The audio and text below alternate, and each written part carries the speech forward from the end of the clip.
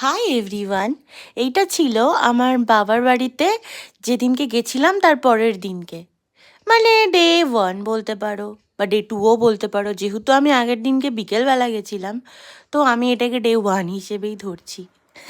আর এর আগের দিনকে আমি যেটা তোমাদের সাথে শেয়ার করলাম ওটা হচ্ছে সকালে স্নান ধান করার পরে, মানে স্নান ধান করা হয়ে গেছে ওইটুকুই। তারপরে এই যে রান্না করছিল সেগুলো তোমাদের সাথে তুলে ধরলাম।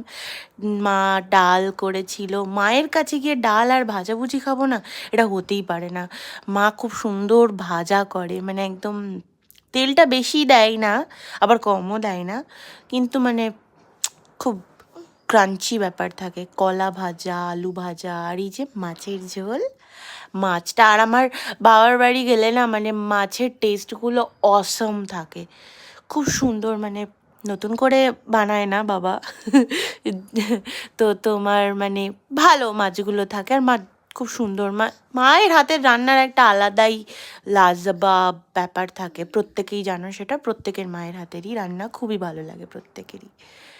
আর বিশেষ করে নিজে হাতে খাই তো, তো হ্যাঁ, মানে মায়ের হাতে যেই 2 দিনের জন্য আসি সেই 2 দিনের রান্নাগুলো যেন অমৃত লাগে। শুধু মা বলে না, আমি শ্বশুর বাড়িতে গেলেও মানে যখন মাসি রান্না করে দেয়, আমাদের রান্নার মাসি, তো যেমনই হোক আমার খুব ভালো লাগে। তো সন্ধেবেলায় একটুখানি বেরিয়েছিলাম, আর বেরোতে গিয়ে একটা হাঁচি পড়ে গেল। তো এই যে আমাদের ওখানে কালীতলাতে একটু ফুচকা খেতে গেছিলাম, আর বাড়ির জন্য কিছু স্ন্যাক্স কি নেওয়া যায় ভাবছিলাম রাস্তা দিয়ে হাঁটতে হাঁটতে। অত কিছু প্ল্যান করে যায়নি যে এটা কিনতে হবে ওটা কিনতে হবে। তো পাশে মিঠুনদার দোকান যেহেতু বন্ধ, মিঠুনদার দোকান থেকেই খাই। তো আর কী করা যাবে, বাড়ি গেছি একটু ফুচকা খাবো না, এটা হতে পারে?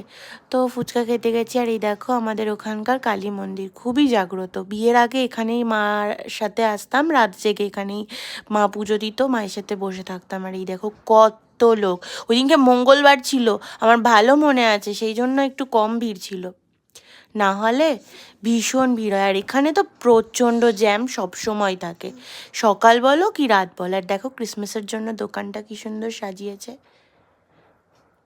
আর এই দেখো চপ, এখানে বিভিন্ন রকমের চপ, আর এই দাদার দোকানের চপ খুবই টেস্টি। যারা যারা দত্তগুলিয়ায় চপ খাও সবাই জানো যে এখানকার চপই মানে সবাই বেশিরভাগ। আর এই যে শীতকালেই দেখো এখনো ক্রিসমাস এলো না আর এরা পিকনিক করতে চলে গেল। আর এই যে মায়ের ঘর মোছার লাঠিটা খারাপ হয়ে গেছিলো, ওই জন্য একটা লাঠি চপ নিয়ে বাবার দোকান থেকে বাড়ি ফিরে রাত্রেবেলায় যে খাওয়া দাওয়া করে, এনার এই যে মশারি টাঙানো কোনোদিনও দেখেনি না, তো এই দেখে খুবই আনন্দ পাচ্ছে। ব্যাস এই ছিল আমার ভিডিওটা। ভালো লাগলে লাইক শেয়ার কমেন্ট আর সাবস্ক্রাইব করে পাশে থেকো। টাটা।